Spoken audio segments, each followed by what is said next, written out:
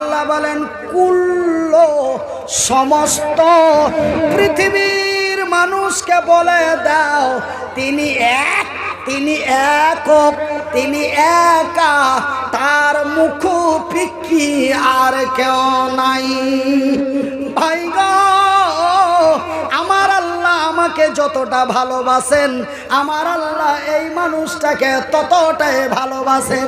আমি যদি চাই আমাকে দিবে, এই লোকটা চাইলে তাকে দিবে না। এর উপরে আমার আল্লাহর কোনো দুশ্মনী আছে নাকি? আছে যে এই লোকটাকে দিবে না? এই বেচারাকেও দিবে। সকলের জন্য আমার আল্লাহ। আল্লাহ বলছেন তোরা চাহা, আমি দেওয়ার লেগে রেডি হয়ে আছি, তোরকে চাইতে যা বাকি। তো আল্লাহ পৃথিবীর মানুষকে কত ভালোবাসেন তিনি বলছেন বিসমিল্লাহির রহমানির রহিম। আর রহমান, আমি বড় দয়াবান, আমারই নাম রহমান। আমি অতি দয়ালু, দয়া দাতা, আমার দয়া এবং মায়ার সীমা নাই। আল্লামাল কুরআন,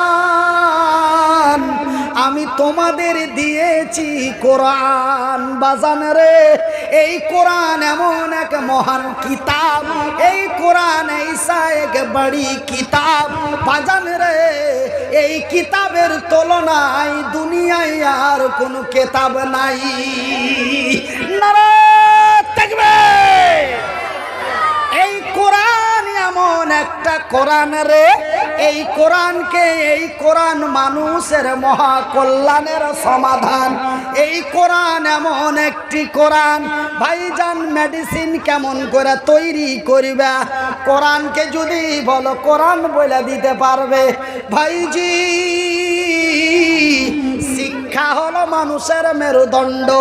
বিশ্বাস করো আর না করো ভাইজি, আল্লাহর আকাশের উপর থেকে জমিনের নিচে পর্যন্ত সারা পৃথিবীর মাটিতে যতগুলি কিতাব আছে রে, যতগুলি বই আছে গো, একটা বই কথা বলতে পারে না, কিন্তু কোরআন কথা বলতে পারে। কোরআন কি করতে পারে? কথা বলতে পারে। কিন্তু গীতা, রামায়ণ, মহাভারত, তাওরাত, জবুর, ইনজিল এমন কোন বই কথা বলতে পারে না, কিন্তু কোরআন কথা বলতে পারে। বাইবেল, মহাভারত, গীতা কোন বই কথা কহিতে পারে না, কিন্তু কোরআন কথা কহিতে পারে। বিশ্বাস যদি না করো তবে এই মাদ্রাসাতে চলে যাও, যেই মাদ্রাসায় আমি শিখেছিনু। এই মাদ্রাসার নাম কি? চাতর। চাতর মাদ্রাসাটার নাম কি? দারুল উলুম দারুল উলুম গফরিয়া মাদ্রাসাতে চলে যাও। এই যে মাদ্রাসাটা, আর মাদ্রাসাতে যায় এই কোরআনটাকে পড়ো আর বুঝো। খালি পড়লে হবে না, চোখ বুঝালিনু আর পড়াই চলে যাচ্ছে, কিন্তু কিছু বুঝলু না। কোরআন কি বলতে চাইছে, কোরআন কি কহিতে চাইছে বুঝলু না, পড়ে কোনো লাভ হবে না। কিন্তু এই কোরআনকে যদি পড়ে বুঝতে পারো, তবে তুমি বড় লোক হয়ে যাবে, পয়সাওয়ালা হয়ে যাবে, দিনদার হয়ে যাবে, ইমানদার হয়ে যাবে। জানো, বিশ্বাস হয় না? চলে যান মাদ্রাসায়, আর কোরআনকে ভালো করে শিখেলেন, আর কোরআনকে বলেন, কোরআনকে তুমি যেটা কইবে কোরআন শুধু শুধু তোমাকে উত্তর দিয়ে দিবে। আমাকে যদি কেউ বলে আসসালামু আলাইকুম, তা আমি কি বলবো? ওয়ালাইকুম সালাম। ভাই আপনার নাম কি? আমার নাম মনির উদ্দিন। ভাই আপনার বাড়ি কোথায়? না তো আমার বাড়ি বাঙ্গাল। কখন আইসাছ? না তো রাত 9টার 10টার সময় আইসাছি। কখন যাবে? না তো রাত 3টার পরে চলে যাব। তবে তুমি যা কইছো আমি তার পাল্টা জবাব দিয়ে দিছি, তাই তো? কিন্তু কোরআনকে যা কহিবে কোরআন তার পাল্টা জবাব দিয়ে দিবে, ওর নিজের ভাষাতেই জবাব দিয়ে দিবে। কিন্তু অন্য কোনো কেতাব, অন্য কোনো বই এরকম করে জবাব দিতে পারবে না, এরকম করে কইতে পারবে না। শুনালেন? কোরআনকে যদি বলেন, কোরআনের তোর নাম কি? কোরআন বলে আমার নাম ফুরকান। বলে কোরআন রে তোর বাড়ি কোথায়? ও কোরআন তোমার বাড়ি কোথায়? বলে আমার বাড়ি কোথায় জানো রে? আমার বাড়ি আল্লাহর আরশে। বলে জায়গাটির নাম কি? বলে জায়গাটির নাম হলো লৌহে মাহফুজ। আমার ভাইয়েরা, কোরআনকে যদি বলেন, রে কোরআন তুই আমার নবীর আগে ছিলি কি ছিলি না? কি কোরআন নবীর আগে, নবীর জন্ম হওয়ার আগে, নবীর দুনিয়াতে আসার আগে কোরআন ছিল? জি কে কি কইছে? কেউ কইছে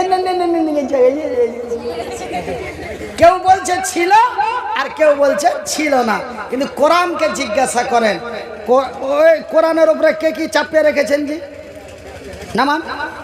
কোরআনকে যদি বলে, কোরআন রে তুই নবীর আগে ছিলি কি ছিলি না?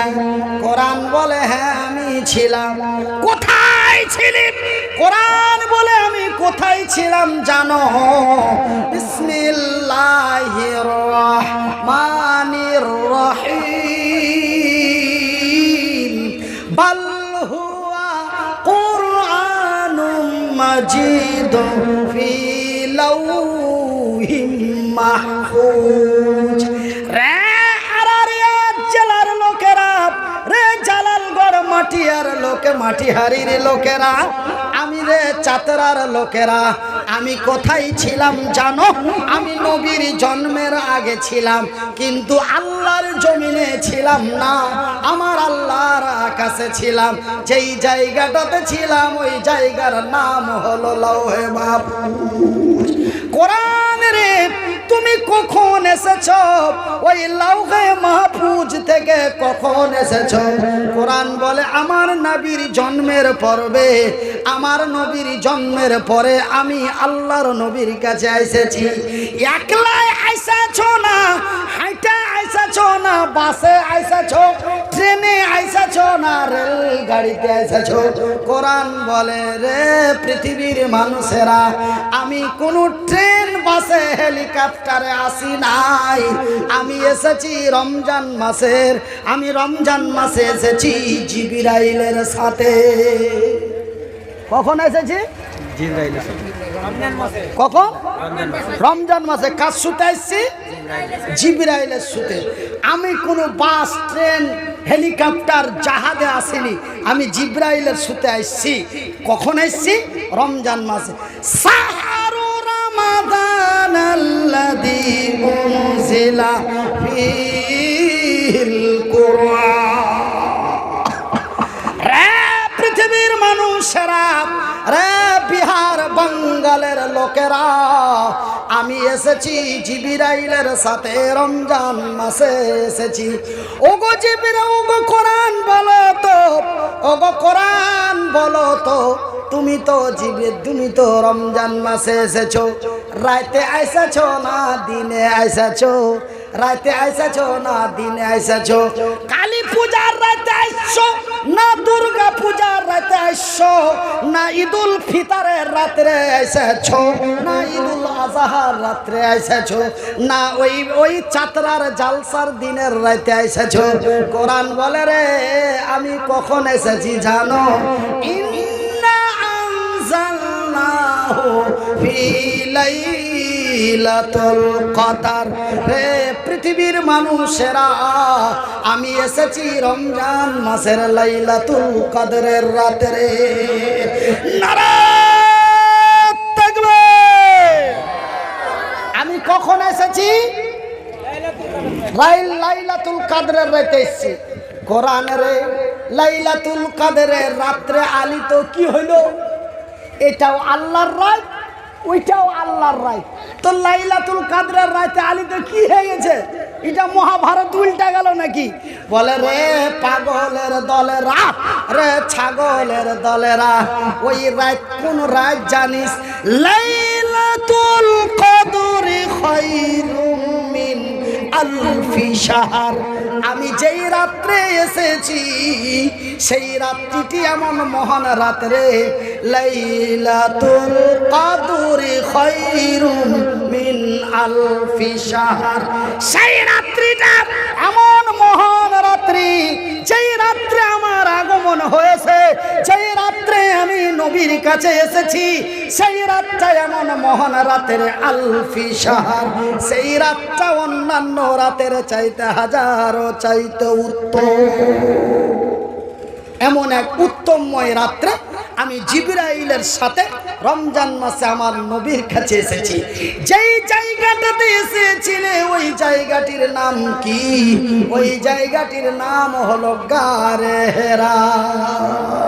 ওই ভ্যানেরা তো ছিলেন নবী গারে হেরাতে, ওই ভ্যানেরা তো ছিলেন নবী গারে হেরাতে।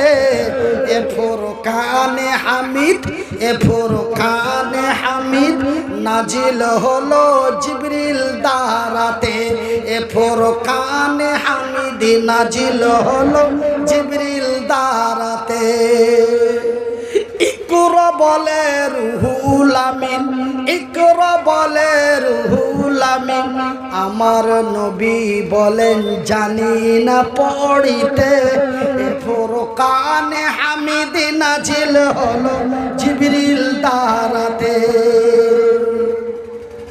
ভাইজান, আল্লাহর নবী, দয়ার নবী, বিশ্বের নবী যখন বললেন, রে জিবরাইল আমি তো পড়তে পারবো না, আমি তো কোনোদিন পড়িনি, পড়া কারে বলে আমি তাও জানি না, আমি কেমনি পড়বো?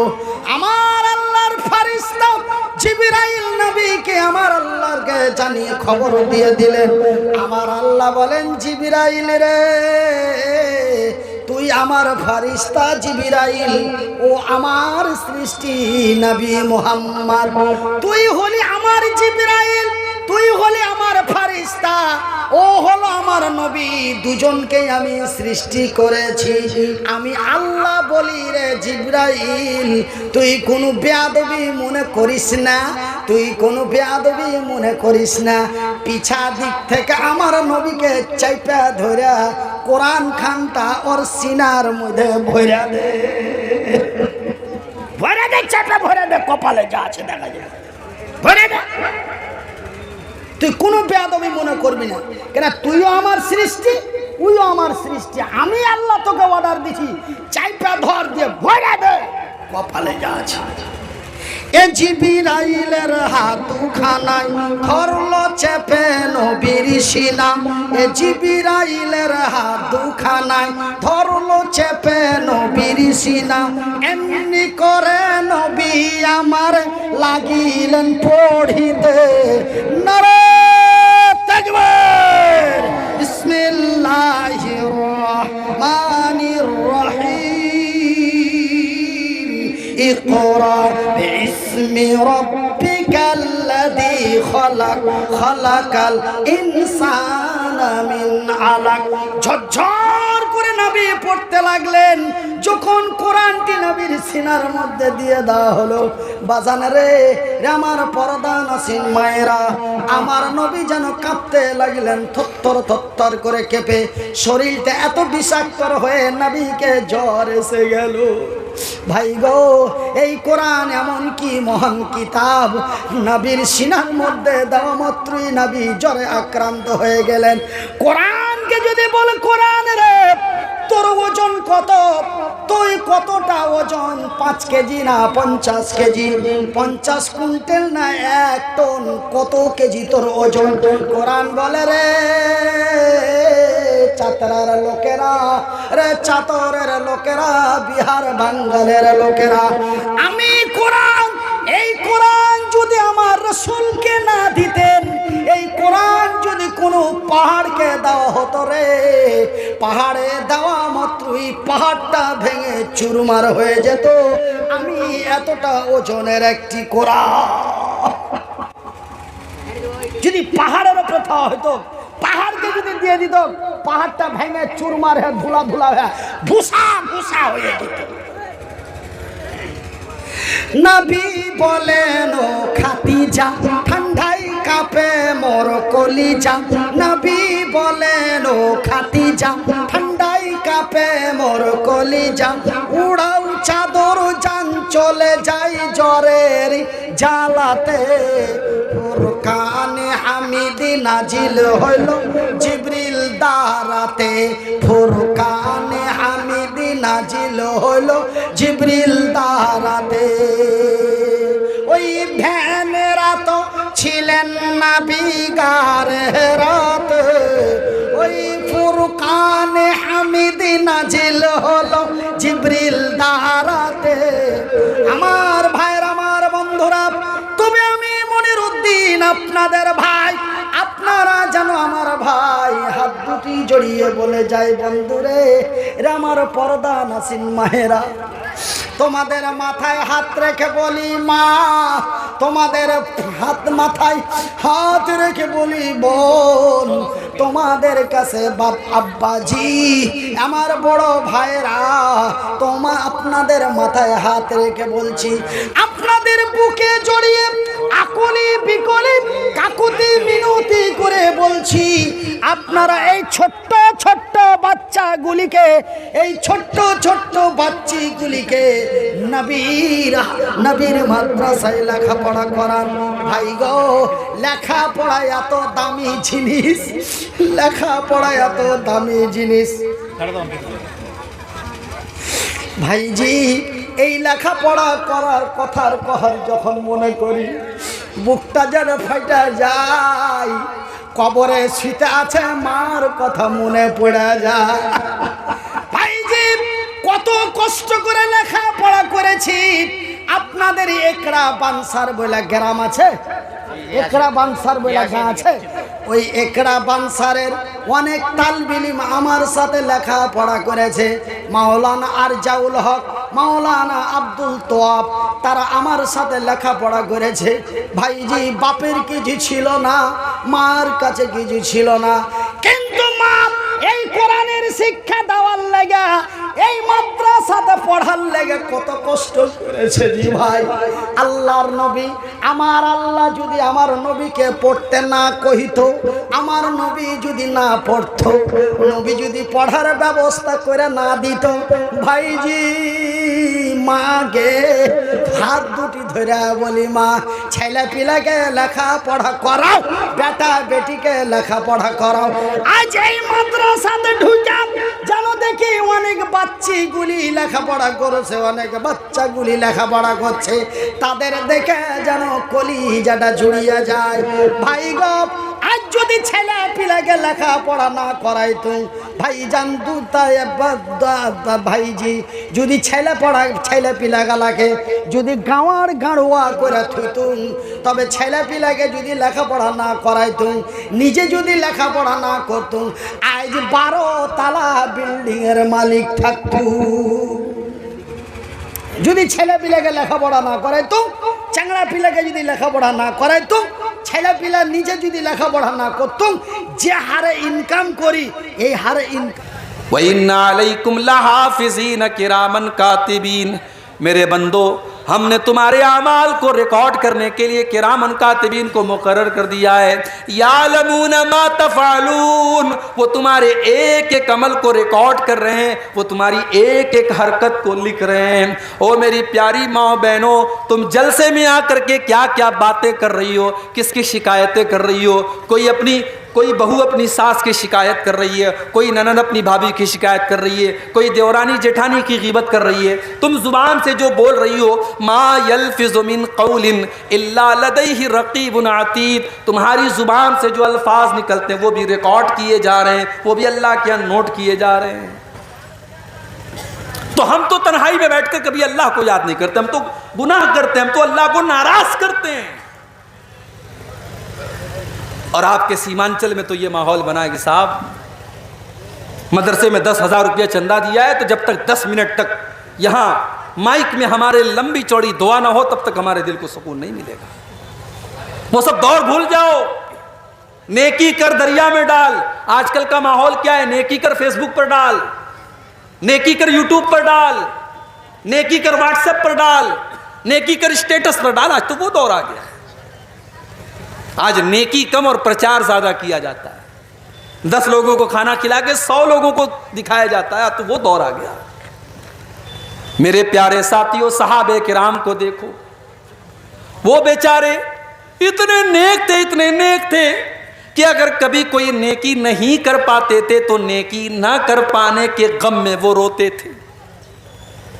جیسے کوئی غریب آدمی آیا, مدرسہ قمر العلوم کا جلسہ چل رہا ہے, اس کا دل چاہتا ہے کہ میں مدرسے میں 1000 روپیہ چندہ دوں, مگر وہ غریب آدمی ہے, مزدور آدمی ہے. وہ بیچارہ بڑی مشکل سے 100 روپیے کا ارینجمنٹ کرتا ہے. وہ 100 روپیے لا کے دیتا ہے تو اس کی آنکھ میں آنسو آ جاتے ہیں. وہ سوچتا ہے کاش میرے پاس 1000 ہوتا, 1,00,000 ہوتا, میں ان غریب بچوں کی تعلیم کے لیے 1,00,000 کا تعاون کر دیتا. اس کو کہتے ہیں نیکی نہ کر پانے کا جذبہ, نیکی نہ کر پانے کا ملال. غزوہ تبوک کا موقع تھا. یہ بڑی عجیب و غریب لڑائی تھی, بڑا عجیب و غریب غزوہ تھا اللہ کے نبی کی زندگی کا. میں اپنے نوجوان بھائیوں سے کہوں گا کبھی یوٹیوب پر غزوہ تبوک کے بارے میں سن لینا, میرے بیان بھی موجود ہے, تم سن لینا. غزوہ تبوک کے بارے میں ہر نوجوان کو پڑھنا چاہیے, سننا چاہیے. گرمی کا موسم تھا, کھجوروں کے پکنے کا ٹائم تھا, اور مدینہ سے 600 کلومیٹر کا سفر طے کرنا تھا. سواریوں کی قلت تھی, پیسے کی قلت تھی. اللہ کے پیارے نبی نے اعلان کیا اس لشکر کے تعاون کے لیے تم اپنا چندہ دو. جو چندہ دے گا, جو تعاون کرے گا, میں اسے جنت کی گارنٹی دیتا ہوں. صحابہ کرام اپنی اپنی حیثیت کے مطابق, اپنی اپنی طاقت کے مطابق اللہ کے نبی کے پاس آ کر کے تعاون کرنے لگے. کچھ صحابہ غریب تھے, مزدوری کرتے تھے. وہ اوور ٹائم کام کر کے, رات کو کام کر کے, جو رات کی مزدوری ہوتی تھی وہ لا کر کے 1 مٹھی یا 2 مٹھی جو لاتے تھے اور اللہ کے نبی کو دے دیتے تھے اور کہتے تھے اے اللہ کے نبی میں غریب آدمی ہوں, یہ 1 مٹھی جو لے کر کے آیا ہوں, یہ 2 مٹھی جو لے کر کے آیا ہوں. اے اللہ کے نبی یہ میری کیپیسٹی یہی ہے, میری طاقت یہی ہے, آپ اس کو قبول کر لیجئے. اللہ کے نبی بڑی خوشی خوشی قبول کر لیتے تھے. منافق لوگ مذاق اڑاتے تھے, دیکھو یہ 1 مٹھی جو کے ذریعے اسلام کی خدمت کرنے کے لیے آئے ہیں. اللہ کے پیارے نبی کہتے تھے او لوگو میرے ان غریب صحابہ کا مذاق نہ اڑاؤ. لو انفق احدکم مثل احد ذهبا, تم احد پہاڑ کے برابر بھی اگر سونا خرچ کر دو گے, میرے ان غریب صحابہ نے 1 مٹھی یا 2 مٹھی جو دیا ہے تم اس کا مقابلہ نہیں کر سکتے. اسی میں کچھ غریب صحابہ اللہ کے نبی کے پاس آئے. اے اللہ کے نبی ہم بھی آپ کے ساتھ غزوہ تبوک میں جانا چاہتے ہیں. آپ نے پوچھا کیا تمہارے پاس سواری کا سادن ہے؟ اے اللہ کے نبی ہمارے پاس سواری کا سادن نہیں ہے. آپ نے فرمایا میں تم کو لے کے نہیں جا سکتا, ہمارے پاس سواریاں محدود ہیں, ہم تمہیں اپنے ساتھ لے کے نہیں جا سکتے. تمہیں اگر چلنا ہے تو سواری کا انتظام کرو, ورنہ ہم تمہیں لے کر کے نہیں چل سکتے. وہ بیچارے غریب صحابہ تھے, ان کے پاس سواری کا سادن نہیں تھا, اونٹ نہیں تھا, گھوڑا نہیں تھا. وہ پلٹ کر کے جانے لگے. جب پلٹ کر کے جانے لگے ان کی آنکھوں سے آنسو بہنے لگے. انہوں نے نبی کے سامنے اپنے آنسوؤں کو ظاہر نہیں کیا. وہ پلٹ کر کے جب جانے لگے تب ان کی آنکھوں سے آنسو بہ رہے ہیں. نبی نے ان کے آنسوؤں کو نہیں دیکھا, مگر اللہ نے قرآن میں ان کے آنسوؤں کا ذکر کیا. قرآن کے 10ویں پارے کے آخر میں اللہ نے فرمایا وَلَا عَلَى الَّذِينَ إِذَا مَا أَتَوْكَ لِتَحْمِلَهُمْ قُلْتَ لَا أَجِدُ مَا أَحْمِلُكُمْ عَلَيْهِ تَوَلَّوْا وَأَعْيُنُهُمْ تَفِيضُ مِنَ الدَّمْعِ حَزَنًا أَلَّا يَجِدُوا مَا يُنْفِقُونَ. اے نبی میرے ان غریب صحابہ کو ذرا دیکھیے جو آپ کے پاس آ کر کے کہتے ہیں کہ اے اللہ کے نبی ہم کو بھی لے کے چلیے, اور آپ کہتے ہیں میرے پاس سواری نہیں ہے. تو اے میرے نبی وہ پلٹ کر کے جب جاتے ہیں تو رونے لگتے ہیں, ان کی آنکھوں سے آنسو بہنے لگتے ہیں. حزنن اللہ یجدوا ما ینفقون، انہیں ملال ہے اس بات کا کہ کاش ان کے پاس بھی اتنا ہوتا کہ آج وہ اسلام کے لیے کچھ کر سکتے۔ میرے پیارے ساتھیوں، یہ نبی کے صحابہ ہیں، ان کی آنکھوں میں اس لیے آنسو ہیں کہ وہ اسلام کی مدد نہیں کر پا رہے ہیں۔ آج ہمارے پاس گھر ہے، زمین ہے، جائیداد ہے، مال ہے، بہت کچھ ہے، مگر ہم اللہ کے دین کے لیے ایک منٹ نہیں دینا چاہتے ہیں، ایک روپیہ نہیں دینا چاہتے ہیں۔ ہم کتنے پیچھے ہیں ان چیزوں میں، ذرا ہم اور آپ غور کریں۔ اب آئیے دو چار واقعات اللہ کے نبی کی سیرت سے آپ کو سناتا ہوں جب پیارے نبی کی آنکھوں میں آنسو آئے تھے، کیونکہ آج کی میری تقریر کا عنوان یہی ہے، رونا۔ اب یہاں رونے کی بات آئی ہے تو ایک بات بولتا ہوں، رونا بھی کئی طریقے کا ہوتا ہے۔ ہم لوگ سمجھتے ہیں کہ صاحب آدمی کو جب تکلیف ہوتی ہے، درد ہوتا ہے تبھی روتا ہے۔ علامہ ابن قیم نے لکھا ہے کہ رونا 10 طرح کا ہوتا ہے، 10 طریقے سے انسان روتا ہے۔ نمبر 1، سب سے پہلا جو رونا ہوتا ہے رقت کا رونا، رحمت کا رونا۔ آپ نے کسی کو تکلیف میں دیکھا، آپ کو ترس آ گیا، رحم آ گیا، اب رحم آنے کی وجہ سے آپ کی آنکھوں میں آنسو ہے، یہ رحمت کا رونا ہے۔ دوسرا، خوف کا رونا، آپ کو ڈر لگ رہا ہے، پتہ نہیں کیا ہوگا، کرفیو لگا ہے، آپ کا بچہ باہر کہیں گیا، آپ کو ڈر لگ رہا ہے میرے بچے کے ساتھ پتہ نہیں کیا ہوگا، یہ خوف کا رونا ہے۔ اور تیسرا رونا محبت کا رونا،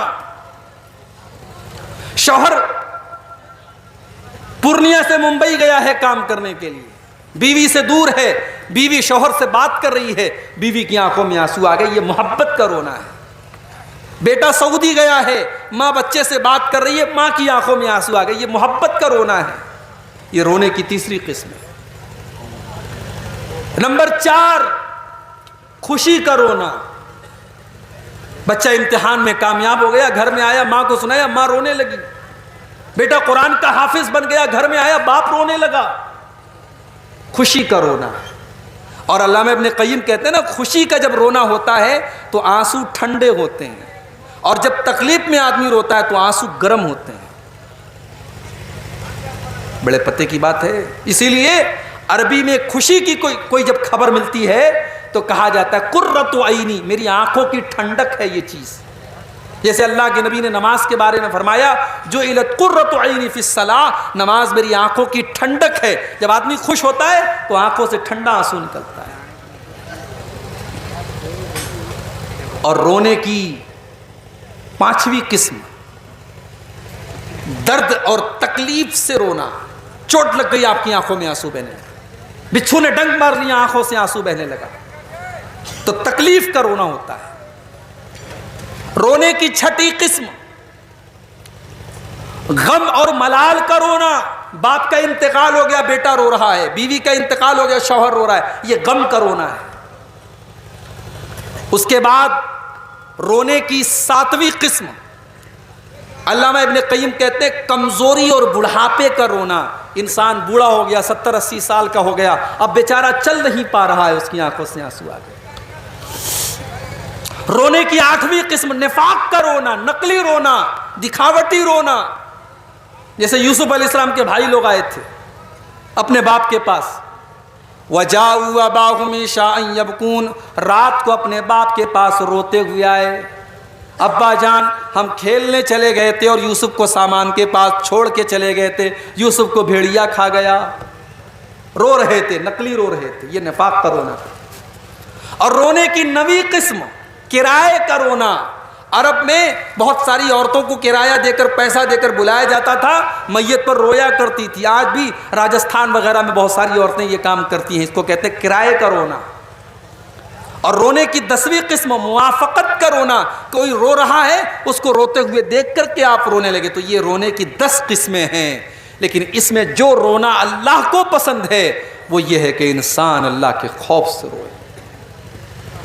اب آئیے ذرا ہم نبی کی سیرت اٹھاتے ہیں اور ذرا دیکھتے ہیں کون کون سے ایسے موقع تھے جب اللہ کے پیارے نبی کی آنکھوں میں آنسو آئے۔ ایک واقعہ تو آپ نے سنا، اللہ کے نبی نے قرآن کی تلاوت سنی اور جب آپ کو اپنی ذمہ داری کا احساس ہوا آپ رونے لگے۔ آگے بڑھیے، بخاری کی ایک اور حدیث آپ کے سامنے پیش کر دیتا ہوں۔ اللہ کے نبی کے گھر میں بچہ پیدا ہوا، ماریا قبطیہ کے پیٹ سے بیٹا پیدا ہوا. آپ کو 4 بیٹیاں تھی حضرت خدیجہ سے. بیٹا جو بھی پیدا ہوتا تھا وہ بچپن میں ہی انتقال کر جاتا تھا. ایک بیٹے کا نام قاسم تھا، وہ بھی انتقال کر گیا. ایک بیٹے کا نام عبداللہ تھا، وہ بھی انتقال کر گیا. یہ تیسرا بیٹا تھا جو حضرت ماریا کے پیٹ سے پیدا ہوا. اس بچے کا نام اللہ کے نبی نے ابراہیم رکھا تھا. عرب کے دستور کے مطابق بچوں کو دیہات بھیج دیا جاتا تھا تاکہ دیہات میں دائی کا دودھ پئیں اور مضبوط ہو جائیں دیہات کے ماحول میں. اللہ کے نبی نے اپنے بچے کو دیہات میں بھیج دیا. ایک لوہار کی بیوی حضرت ابراہیم کو دودھ پلایا کرتی تھی. بچہ 1.5 سال کا ہو گیا. ایک دن اللہ کے نبی کے پاس خبر آئی کہ آپ کا بیٹا بیمار ہے. آپ اپنے صحابہ کو لے کر کے اپنے بچے کو دیکھنے کے لیے پہنچے. بخاری کے الفاظ ہیں، آپ جب پہنچے تو آپ کا بچہ آخری سانسیں لے رہا تھا.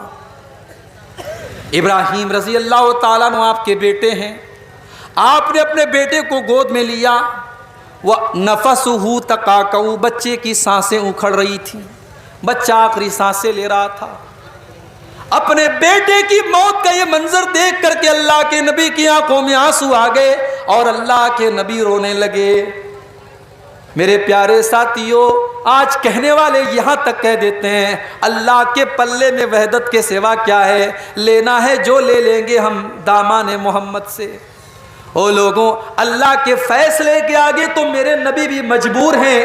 اللہ کے نبی اللہ کے سب سے محبوب بندے ہیں، مگر اپنے بچے کی موت کا ٹائم آج آ گیا ہے تو اپنے بچے کو موت سے بچانے کی طاقت اللہ کے نبی کے اندر بھی نہیں ہے.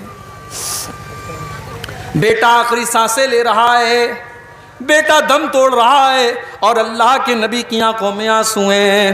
اور اللہ کے نبی کیا کہتے ہیں؟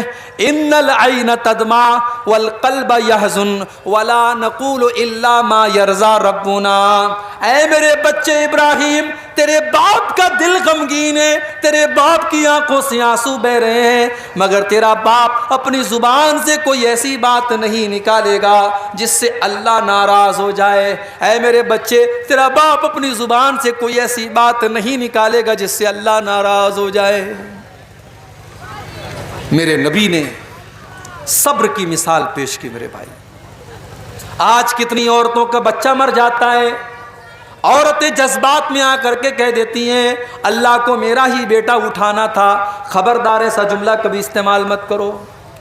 کسی کے شوہر کا انتقال ہو جاتا ہے، عورتیں کہہ دیتی ہیں ابھی تو میرے شوہر کی موت کا ٹائم نہیں تھا، میرے شوہر کو کیوں اللہ نے اٹھا لیا.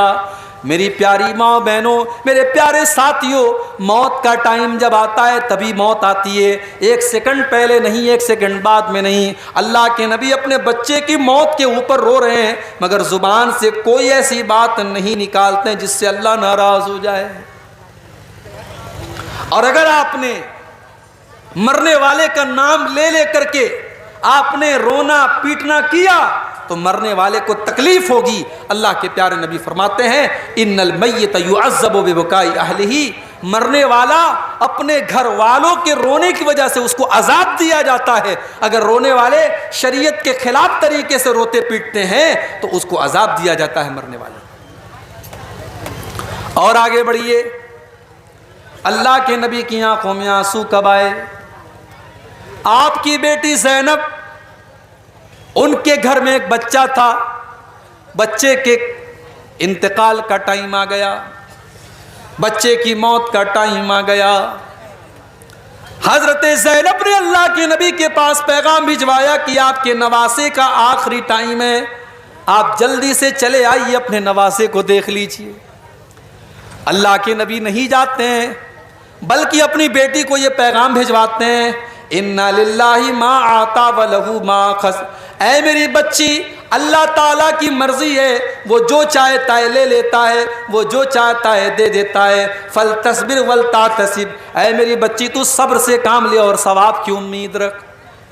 آپ کی بیٹی زینب نے دوبارہ پھر پیغام بھجوایا، اے ابا جان میں اللہ کا واسطہ دیتی ہوں کہ آپ ایک بار میرے گھر چلے آئیے۔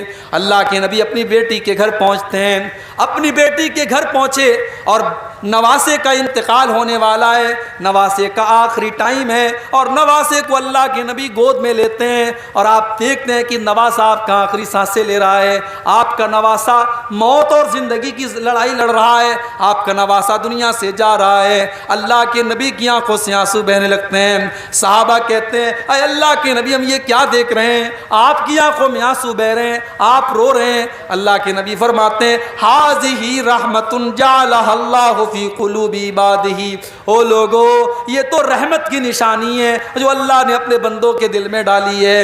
میں ایک نانا بھی ہوں، میں ایک باپ بھی ہوں، اپنے نواسے کے غم میں یہ آنسو نکل رہے ہیں، جو اللہ نے رحم دل میں ڈالا ہے اسی رحم کی یہ نشانی ہے۔ نبی کی آنکھوں میں آنسو آئے تھے تب بھی۔ ایک اور موقع یاد کیجئے،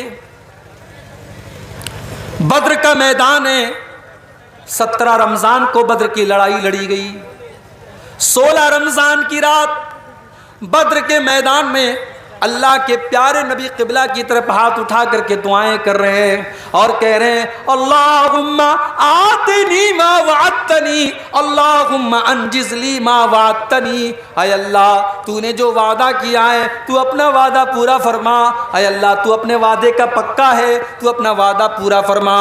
اللہم ان تہلک ہذہ العصابۃ لا تعبد فی الارض، اے اللہ اگر یہ مٹھی بھر تیرے ماننے والے آج اگر ہلاک ہو گئے، یہ 313 اگر آج ہلاک ہو گئے تو اے اللہ پھر روئے زمین پر تیری عبادت کرنے والا کوئی نہ ہوگا، تجھے سجدہ کرنے والا کوئی نہ ہوگا۔ یہ کہہ کر کہ اللہ کے نبی رو رہے ہیں، آپ کی آنکھوں میں آنسو بہ رہے ہیں اور آپ اللہ کی بارگاہ میں رو رو کر کے دعائیں کر رہے ہیں۔ حضرت ابوبکر صدیق آتے ہیں اور پیچھے سے آپ کو چمٹ جاتے ہیں اور کہتے ہیں کفاک مناشدتک ربک، اے اللہ کے نبی بس کیجئے، آپ کا رب آپ کو مایوس نہیں کرے گا، آپ کا رب آپ کی دعا کو ضرور قبول کرے گا۔ اور دنیا نے دیکھا کہ 313 مسلمان 1000 کے اوپر غالب آ گئے، اللہ نے 1000 کے اوپر ان کو کامیابی سے نوازا۔ ایک اور موقع پر میرے نبی کی آنکھوں میں آنسو آئے، رات کا ٹائم تھا، اللہ کے نبی قرآن پڑھ رہے تھے اور قرآن پڑھتے پڑھتے آپ کی نظر اس آیت پر پڑی۔ ابراہیم علیہ السلام اپنے رب سے دعا کرتے ہیں فَمَن تَبِعَنِي فَإِنَّهُ مِنِّي وَمَنْ عَصَانِي فَإِنَّكَ غَفُورٌ رَحِيمٌ، اے اللہ میری امت کے اندر جو میری پیروی کرے گا وہ میرا امتی ہے اور جو میری نافرمانی کرے گا تو تو غفور الرحیم ہے، تو معاف کر دینا۔ اس کے بعد اللہ کے نبی نے عیسیٰ علیہ السلام کی دعا پڑھی ان تعذبہم فإنہم عبادک وإن تغفر لہم فإنک انت العزیز الحکیم، اے اللہ اگر تو ان کو عذاب دے دے گا تو یہ تو تیرے بندے ہیں اور اگر تو معاف کر دے گا تو تو طاقت والا ہے، تو حکمت والا ہے۔ اللہ کے پیارے نبی نے سوچا کہ عیسیٰ نے تو اپنی امت کے لیے دعا مانگ لی، ابراہیم نے تو اپنی امت کے لیے دعا مانگ لی، میری امت کے گنہگاروں کا کیا ہوگا، میری امت کے خطا کاروں کا کیا ہوگا؟ آپ نے ہاتھ اٹھائے، صحیح مسلم کے الفاظ ہیں، آپ روتے ہوئے کہنے لگے اللہم امتی اللہم امتی، اے اللہ میری امت کا کیا ہوگا، اے اللہ میری امت کا کیا ہوگا۔ کبھی غور کیا آپ نے؟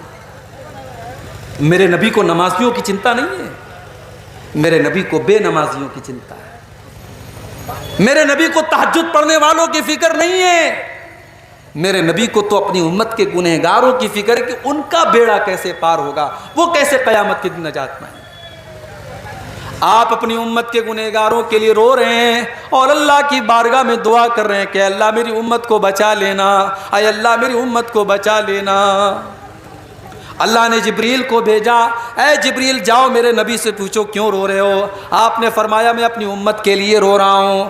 حضرت جبریل نے فرمایا اے اللہ کے نبی اللہ تعالیٰ یہ کہہ رہا ہے اِنَّا سَنُرْضِيكَ فِي أُمَّتِكَ وَلَا نَسُوءُكَ، ہم آپ کی امت کے بارے میں آپ کو خوش کر دیں گے، آپ کو پریشان ہونے کی ضرورت نہیں ہے۔ اگر آپ کی امت توحید کے اوپر قائم رہے گی، اگر ایمان کے اوپر قائم رہے گی، اگر شرک نہیں کرے گی، اگر غیر اللہ کے در پہ سر نہیں جھکائے گی، تو آپ کی امت کا بیڑا پار ہو جائے گا۔ وہ نبی ہم سے کتنا پیار کرتے تھے میرے بھائی۔ سلام اس پر جو امت کے لیے راتوں کو روتا تھا، سلام اس پر جو فرش خاک پر جاڑے میں سوتا تھا، سلام اس پر کہ جس کے گھر میں چاندی تھی نہ سونا تھا، سلام اس پر کہ ٹوٹا بوریا جس کا بچھونا تھا، سلام اس پر کہ جس نے خون کے پیاسوں کو قبائیں دیں، سلام اس پر کہ جس نے گالیاں سن کر دعائیں دیں۔ میرے پیارے ساتھیوں، وہ نبی ہم سے اتنا پیار کرتے تھے کہ ہمارے لیے وہ راتوں کو رویا کرتے تھے۔ اس نبی سے ہم کتنا پیار کرتے ہیں؟ نہیں کرتے ہم۔ اگر ہم کرتے تو آج مسجدیں خالی نہ رہتی۔ وہ نبی تو نماز سے اتنا پیار کرتے تھے کہ آخری ٹائم بھی اس نبی نے نماز کو نہیں بھولا۔ سوموار کے دن آپ کا انتقال ہوتا ہے، سنیچر کے دن آپ کی طبیعت بہت خراب ہے، آپ بے چین ہیں، بے قرار ہیں، بار بار آپ چادر کو پھینک رہے ہیں۔